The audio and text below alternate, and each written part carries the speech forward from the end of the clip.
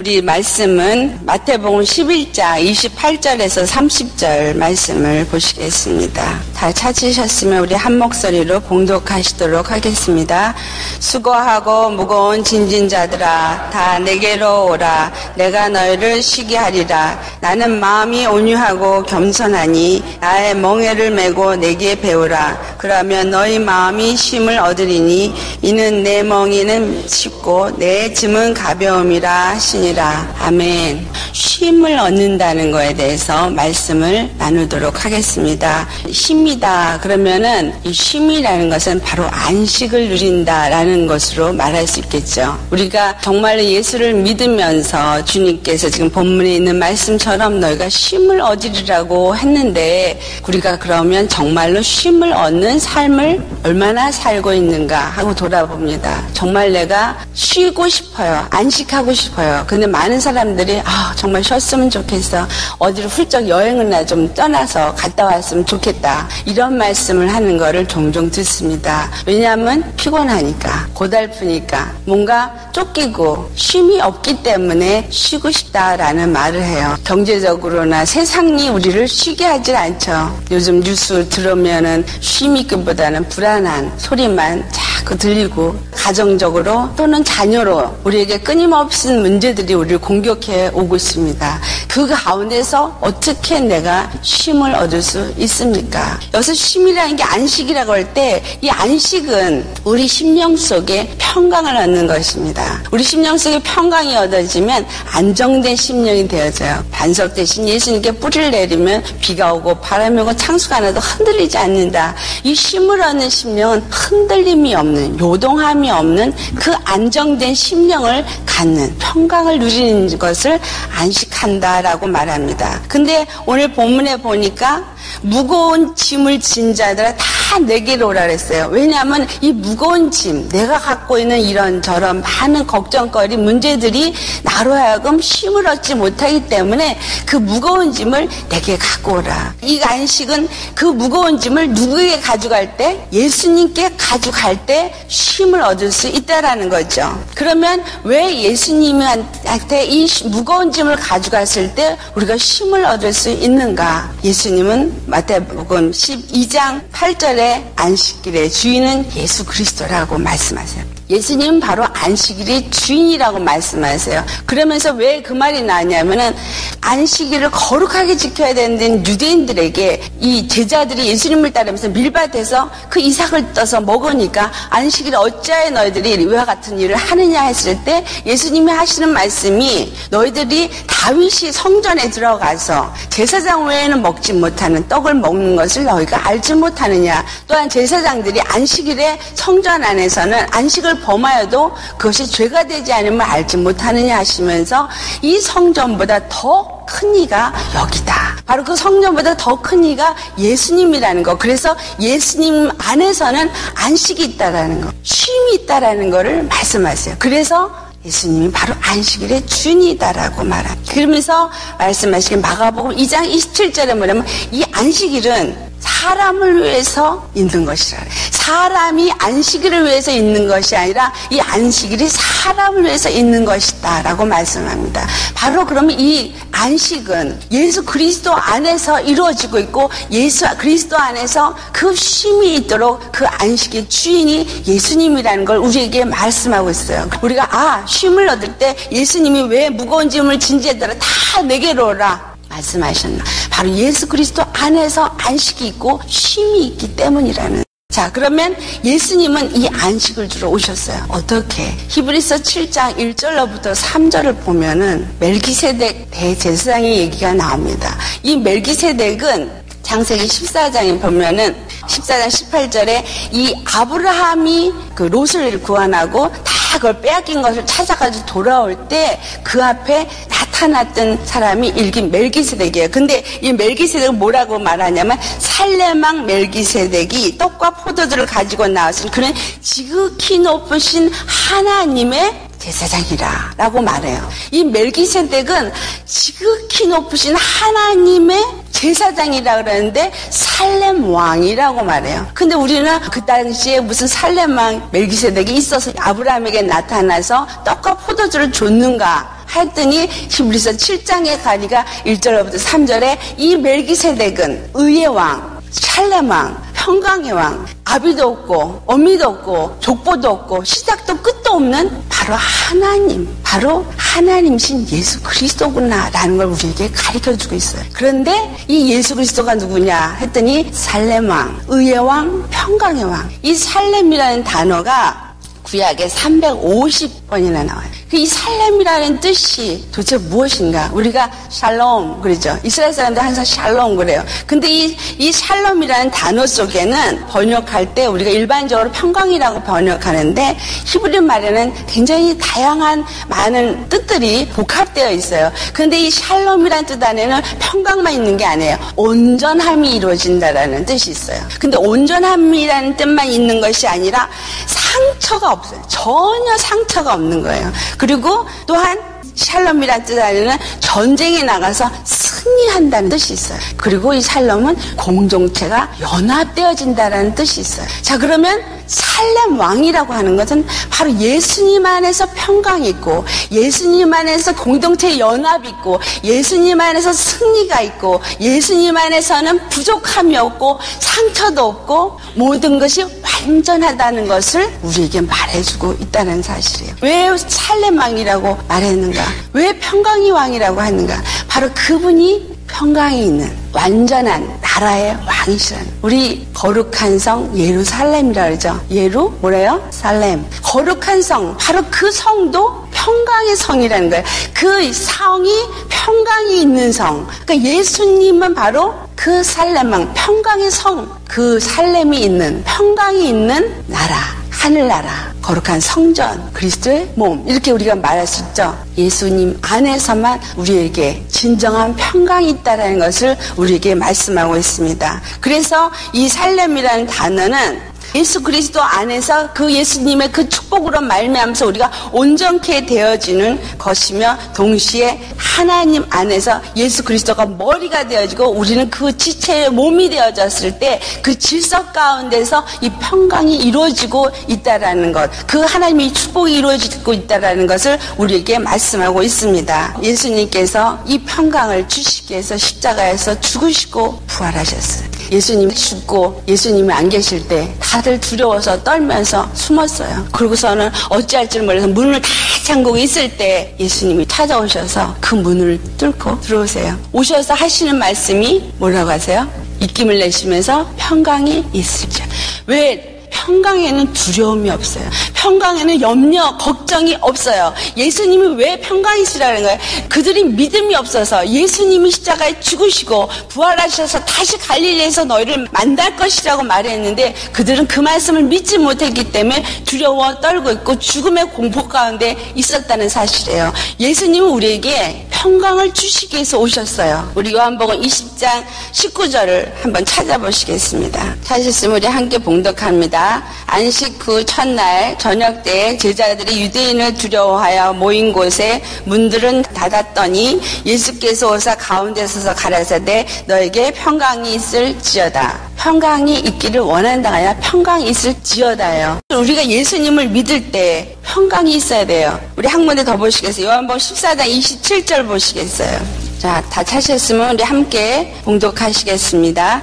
평안을 너에게 끼치노니 곧 나의 평안을 너에게 주노라. 내가 너에게 주는 것은 세상이 주는 것까지 아니하니라. 너희는 마음에 근심도 말고 두려워하지도 말라. 예수님이 나의 평안을 너에게 주노라. 왜 평강이 있을지어다 했냐면 예수님 안에만이 그 평강과 평안이 있는데 왜냐하면 그분은 살렘왕, 그는 의의 왕, 평강의 왕이시니까 그분 안에만 평강이 있고 그분 안에만 쉼이 있으니까 그것을 너에게 준다라는 거예요. 그것을 주기 위해서 내가 십자가에서 죽고 부활하셨다는 거죠. 그래서 그 안식을 너에게 주니까 너는 평안이 있을지어다. 우리가 예수님 안에서 왜 예수를 믿으면서 그럼 이 평안이 없습니까? 왜 심령이 평강하지 못합니까? 어떻게 하면 우리가 안식을 얻을 수 있을까? 우리 오늘 본문 읽은 것이 나의 수고하고 무거운 짐이자 다 내게로 내가 너희를 쉬게 하리라 하시고 나서 나는 마음이 온유하고 겸손해 나의 멍에를 메고 내게 배우라. 그러면 너희 마음이 힘을 얻으리라 라고 했어요. 나의 멍에를 메고 내게 배우라는 말씀이에요. 어떤 멍에? 이 멍에가 뭐냐니까 이는 내 멍에는 쉽고 내 짐은 가벼움이라. 예수님 안에서 우리가 이 힘을 얻고 주님께서 우리에게 주신 이 평강을 내가 얻으려면 바로 주님의 그 겸손과 온유의 마음을 우리가 배워서 그 멍에를 지어야 된다라는 거예요. 그러면 내가 이 겸손과 온유의 마음을 지려면 이 멍에를 메어야 되는데 이 멍에가 도대체 무엇이냐? 바로 우리가 무거운 짐을 내려놓는 그 멍에. 무거운 짐을 내려놓는데 그게 우리에게 다시 한번 짊어지는 주님의 멍에가 있는데 뭐죠? 십자가. 예수님 안에서 내가 십자가를 지고 예수님이 가신 그 겸손과 온유의 마음을 가지고 그 길을 갈 때 그 주님 안에 있는 평안이 그 평강이 내 것이 되어진다. 다시 말하면 그 샬롬이라는 단어 속에 있는 그 연합의 역사. 그 연합의 역사가 있어야지만 그 평강이 내게 온다라는 것입니다. 십자가에서 내가 죽어지고 내 생각과 내 마음이 나를 불안하게 하는 마음이 나를 두렵게 하는 마음이 그 염려 걱정이 십자가에 다 못 박아지고 내 정과 욕심을 십자가에 못 박고 하나님의 말씀의 지배를 받아서 내가 따라갈 때 예수님 안에서 연합이 되어질 때 그때 우리에게 평강이 임한다는 것이다. 그래서 십자가를 지지 않고는 내 자아를 십자가에 못 박지 않고는 내 염려 걱정을 십자가에 못 박지 않고는 우리는 절대로 우리 안에 평강이 쉼이 있을 수가 없습니다. 내가 가지고 있는 내 생각 내 마음으로는 어떤 것도 해결할 수 없기 때문에 내게 문제가 왔을 때 그 문제를 가지고 우리는 염려 걱정 두려움에 쌓일 수밖에 없습니다. 그래서 예수님은 내게 그 무거운 짐을 다 내려놓으라는 거예요. 무거운 짐을 내려놓는다는 얘기는 십자가에 못 박으시라는 얘기예요. 매 순간 모든 순간에 내 생각 나를 두렵게 하는 생각 십자가에 못 박으시고 내 마음을 불안하게 하는 마음을 십자가에 못 박으시고 내게 염려 걱정을 주는 마음을 십자가에 못 박으시고 오직 주님만 바라보시라는 거예요. 그 멍에는 가볍다 그랬어요. 왜 가벼워요? 십자가를 누가 주셨으니까? 예수님이 주셨어요. 나는 단지 예수님 안에서 예수님과 함께 동행하는 거예요. 주님과 동행하니까 반석에서 물도 내주시고 광야에서 만나도 주시고 부족함이 없도록 인도해 주셨어요. 우리가 항상 믿음이 없기 때문에 염려 걱정합니다. 믿음이 없으니까 불안해하고 믿음이 없으니까 문제가 터졌을 때 어떡할까 어찌할꼬라고 합니다. 예수님 안에서 내가 죽는다는 얘기는 믿어라. 모든 염려 걱정 그분에게 맡기고 단지 그 십자가를 내가 못 박으면 그 십자가를 진자가 되어지니까 뭐의 지배를 받게 되겠어요? 그 다음에 말씀의 지배를 받아요. 히브리서 8장 10절의 역사가 있어야 된다는 것입니다.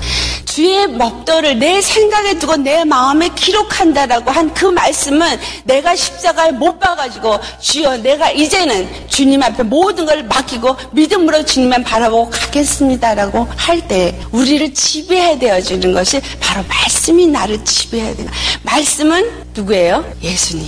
말씀이 예수님이니까 말씀이 내 안에 들어오면 누가 들어온 거예요? 예수님이 들어온 거예요. 예수님이 내 안에 들어오면 예수님은 바로 평강의 왕이니까 무엇이 들어오겠어요? 평강이 들어오죠.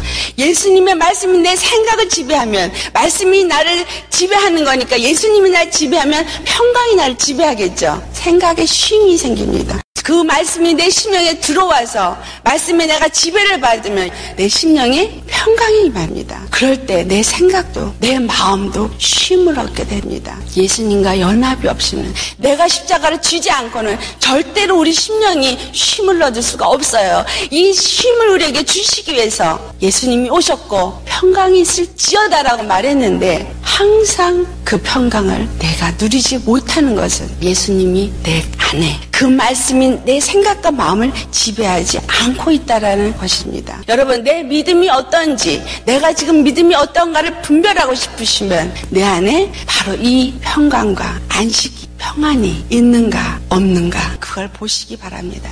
정말 저 사람 믿음이 있는 사람인가? 거지게 믿음이 있는 것 같아요.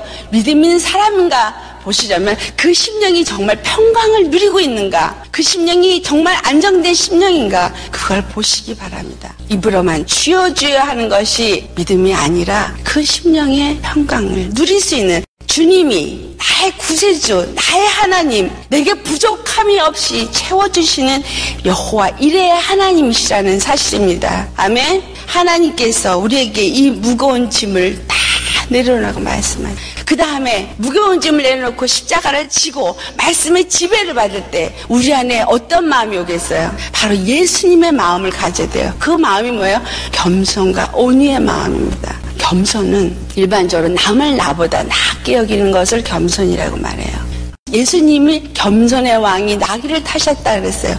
겸손은 예수님만이 갖고 있는 것이거든요. 왜냐하면 예수님은 이 땅에 오셨을 때 아버지의 뜻대로 순종하십니다. 그분의 뜻이 없었어요. 아버지 뜻대로 순종하신 분. 우리가 아버지 안에 십자가에 못 박아진 사람은 어떤 사람이에요? 내 뜻이 없는 사람이죠. 내 자아가 없는 사람이에요. 내 의가 없는 사람이에요. 내 것이 없는 사람이에요. 그런 사람은 오직 하나님의 그 뜻을 따라서 아버지의 마음을 가지고 아버지가 원하는 것이 무엇인가 순종하는 자기 때문에 겸손한 마음을 가질 수 있겠죠. 아멘. 겸손의 그 경건의 모양만 가지고 겸손해. 그러한 것이 겸손이 아니라 내 생각이 없이 내 의가 없이 오직 예수님의 의를 가지고 예수님 안에서 연합되어진 자, 예수님의 의의 왕이라 그랬어요. 그래서 내가 예수님하고 연합될 때 내가 의롭다라고 인정받는 것입니다. 아멘. 그 다음에 온유는 뭐예요? 온유는 나도 상처받지 않고 남에게도 상처 주지 않는 사람이에요. 내가 왜 상처 안 받아요? 죽었으니까. 남한테 왜 상처를 안 줘요? 내 것이 없으니까. 입을 열 때마다 누가 나타나요? 예수님이 나타나니까. 일을 해도 예수님이 나타나고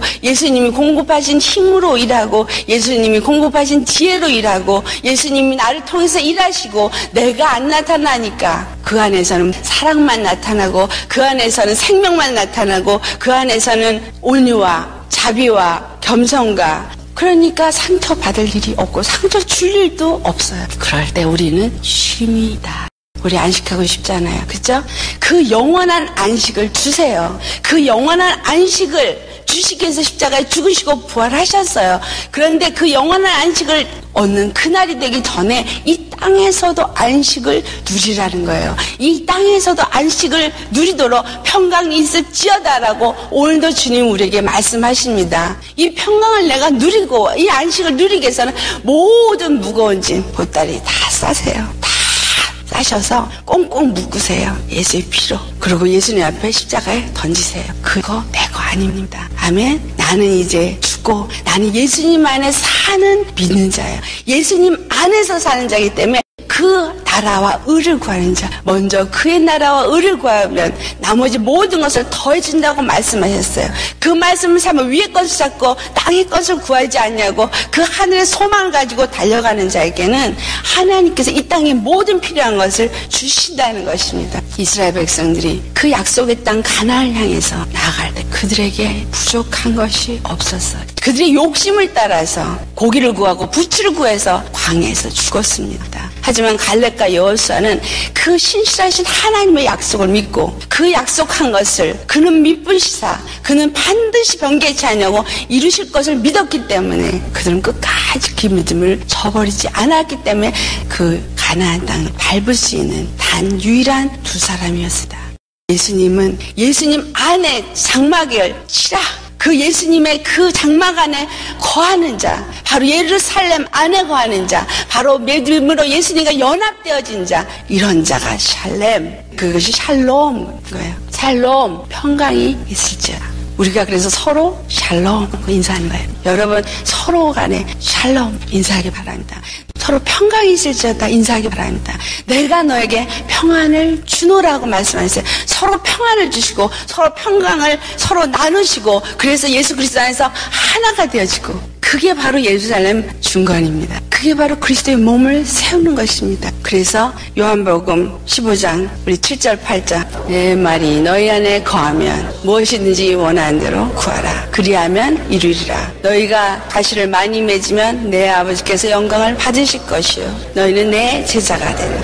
우리가 어떻게 과실을 맺는가를 가르쳐주고 있어요. 너희가 내 안에 거하고 십자가에 죽어서 연합되어지고 내 말이 너희 안에 거하면 그 말씀은 내 생각과 마음이 지배를 받으면 무엇이든지 원하는 대로 구하라. 이미 우리는 예수 안에 있기 때문에 그분이 모든 것을 갖고 계시기 때문에 그 모든 것을 이미 나는 가진 자이기 때문에 천국 열쇠를 받은 자니까 열면 주시는 거예요. 부족함이 없도록 부어주신다 그랬어요. 그런데 문제는 뭐냐면 그 앞에 뭐냐면 내 안에 거하지 않으면이라는 말이 그 7절 앞에 6절에 말해요. 내 안에 거하지 않으면 바깥에 나가서 불에 살라진다 그랬어요. 쥐어쥐어 하는 것이 다가 아니라 반드시 우리는 예수 안에 거해야 됩니다. 반드시 예수님과 연합되어야 됩니다. 그렇기 때문에 나는 십자가에 죽고 믿음으로 예수 그리스도 안에 거하는 자, 그래서 그 안식과 쉼을 얻는 자가 되어야지만 생명의 열매를 맺고 주님 안에서 하나님의 영광을 나타내는 자가 되어지고 그래서 예수 그리스도의 제자가 되어진다라는 것입니다. 아멘. 여러분 쉼을 얻으시기 바랍니다. 무거운 짐 주님께 다 내려놓으시기 바랍니다. 그 멍에는 쉽고 가볍다고 했으니 우리 그 십자가를 지면서 믿음으로 하늘 향해서 천성을 향해서 나아가서 정말 주님 만나는 그 영광 가운데 거하길 바랍니다. 이 땅에서 겸손과 온유의 마음, 그리스도의 마음을 죽지 않고 가질 수 없기 때문에 내가 죽지 않으면 사랑의 마음이 있을 수가 없어요. 내가 죽으면 다른 사람이 뭐라 그래도 우리 찔리지도 말고 찔림을 받지도 말고 예수님 안에서 바로 쉼, 바로 이 평강, 바로 이 안식을 누리는 저와 여러분 되시기를 예수님으로 축원합니다. 아멘. 기도하시겠습니다.